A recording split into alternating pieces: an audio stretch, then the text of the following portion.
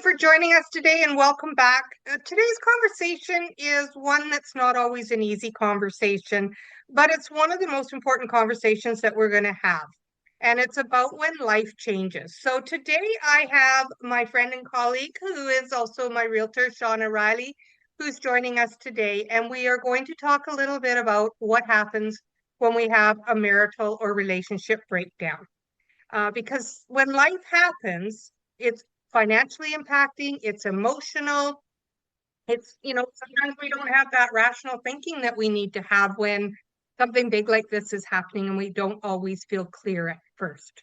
So if you're navigating through a relationship change, a separation, marital breakdown, you may be asking yourself, what next? How do I protect myself?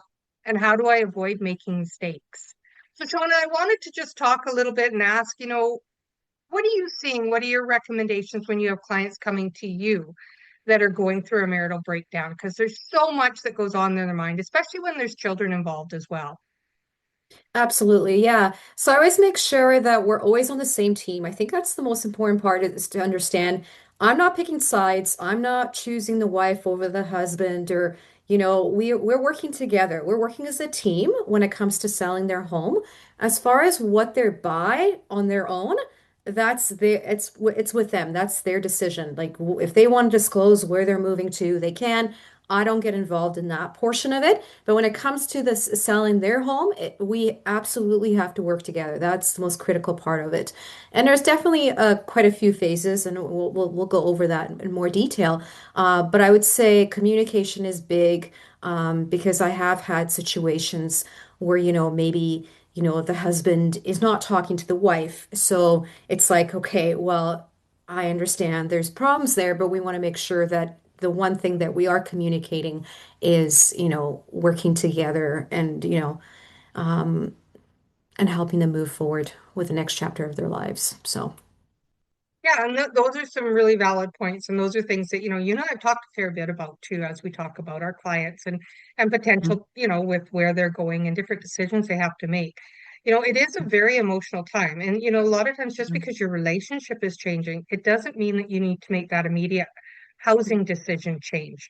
You don't have Mhm. to jump into it. Some of the common mistakes that I see, and I'm sure you see them too along the way, is that people are looking to sell too quickly. They're moving out too soon.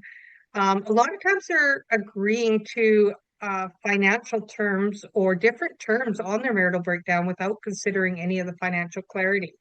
So, Mhm. as you're saying, that communication piece between the clients, but also between you and I is so important to make sure that we're helping the clients make the right decision as they're moving through this next journey in life. So I would say too, like the first step is definitely don't act too quick. Take Mhm. that moment, step back, pause, get a hold of yourself and myself, and let's sit down and have a conversation with them to see, where they want to go. Maybe they Mhm. want to stay in the house. Yeah. Maybe they want to move somewhere else, but do they want to stay in the same neighborhood? So that those decisions take time to make. And it's first for us to understand, as well as the client understand what's important to them, what's important to the family dynamics when you come to that. Mhm. You Yeah, know, absolutely. when we look at, and you touched a little bit about it when you talked about what, moving and where you're moving and that. So, what are some of the key questions that you are hearing from clients when it comes to a marital breakdown or Mhm. just a decision to split in different ways? Yeah, so financially, that can be a challenge depending on when the clients purchase their home. So I have clients that bought their home back in 2022 and they put down 20% down payment. And unfortunately, now that the things are not going well, they're going to lose $100,000 equity right there because they bought at the peak of the market.